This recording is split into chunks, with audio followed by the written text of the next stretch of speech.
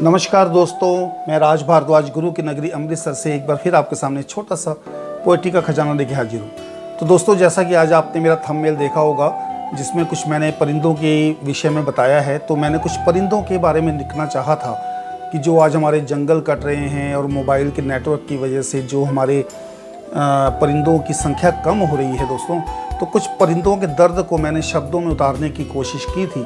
तो चलिए सुनाता हूँ दोस्तों आपको।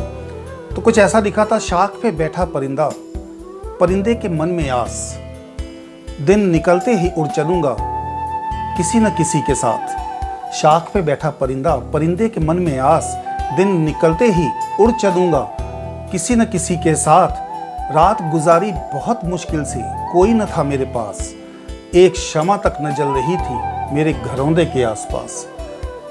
शाख पे बैठा एक परिंदा, परिंदे के मन में आस, दिन निकलते ही उड़ चलूंगा किसी न किसी के साथ। तिनका तिनका जोड़कर बनाया था जो आशियाना, कल रात एक तूफान उड़ा के ले गया अपने साथ।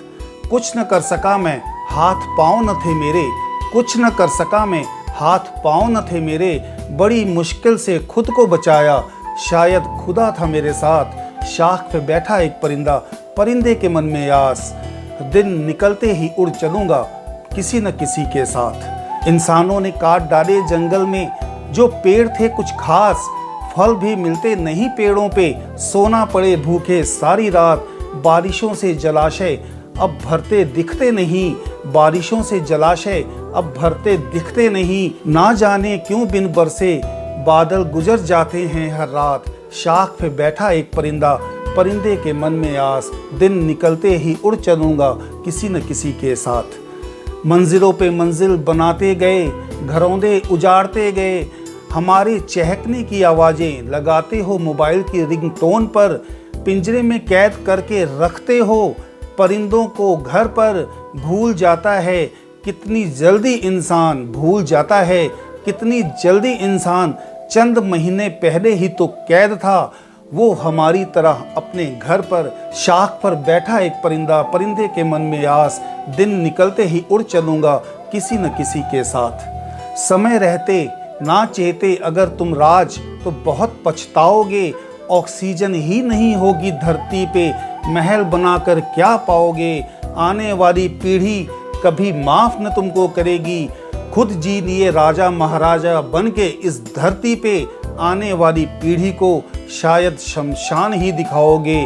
शाख पे बैठा एक परिंदा, परिंदे के मन में आस, दिन निकलते ही उड़ चलूंगा किसी न किसी के साथ। हमारे चहकने से कुदरत भी उठ जाया करती है, फूल खिलते हैं गुलशन में, हवाएं गीत गाती है। छोटा सा घरौंदा बनाने अगर हम तेरे आशियाने में, तुम समझ लेते हो हम तुम्हारे किराएदार हो गए। छोटा सा घरौंदा अगर हम बना लेते हैं तेरे आशियाने में, तुम समझते हो हम तुम्हारे किराएदार हो गए। अपने अंश को बचाने के खातिर ही, अपने अंश को बचाने के खातिर ही छोटा सा घरौंदा बना लेते हैं हम तेरे आंगन में। शाख पे बैठा परिंदा, परिंदे के मन में आस, दिन निकलते ही उड़ चलूंगा किसी न किसी के साथ। रात गुजरी बहुत मुश्किल से, कोई न था मेरे पास, एक शमा तक न जल रही थी मेरे घरौंदे के आसपास। शाख पे बैठा परिंदा, परिंदे के मन में आस। तो दोस्तों, ये एक मेरी छोटी सी रचना थी परिंदों के ऊपर, कि जो हम परिंदों के लिए अगर हमारे घर में कोई छोटा सा एक परिंदा कोई घोंसला बना लेता है तो हमें लगता है कि यार ये क्या हो गया, ये कैसे यहाँ पे आ गया, हम उसे हटाने की कोशिश करते हैं, तो जो कि बहुत गलत है। और जो हमारे जंगल हैं दोस्तों, वो कटते जा रहे हैं, रोज़ काटे जा रहे हैं, पेड़ ख़त्म करते जा रहे हैं। जो हमारे जंगल के जीव जंतु हैं उनका आशियाना जो है वो उजाड़ा जा रहा है। तो कुछ समय पहले हम लोगों ने देखा कि कैसे जो जंगली हमारे जानवर थे, जो हमारे पंछी थे, वो सड़कों पे आ रहे थे और हम घरों में कैद थे।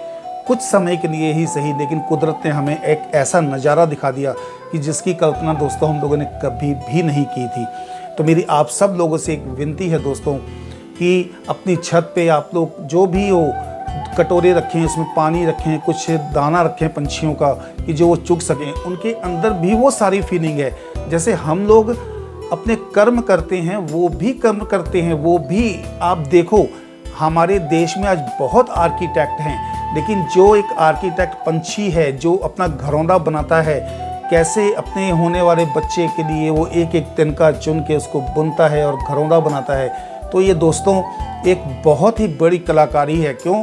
ये इस चीज़ का सबूत है दोस्तों कि जो हम सोचते हैं, जो हमारे मन में भावनाएं होती हैं, जैसे हम अपने बच्चों को सुरक्षित रखना चाहते हैं, उसी तरह से एक पंछी के मन में भी अपने बच्चों को सुरक्षित रखने की भावना होती है। सिर्फ वो बोल नहीं सकते, उनके हाथ नहीं होते, वो कर्म नहीं कर सकते, लेकिन सारी फीलिंग्स, सारी भावनाएं जैसे इंसानों की होती हैं वैसे ही पंछियों की और हमारे जानवरों की भी होती हैं दोस्तों। तो आज मैं अपनी वीडियो को यहीं पे समाप्त करता हूं दोस्तों।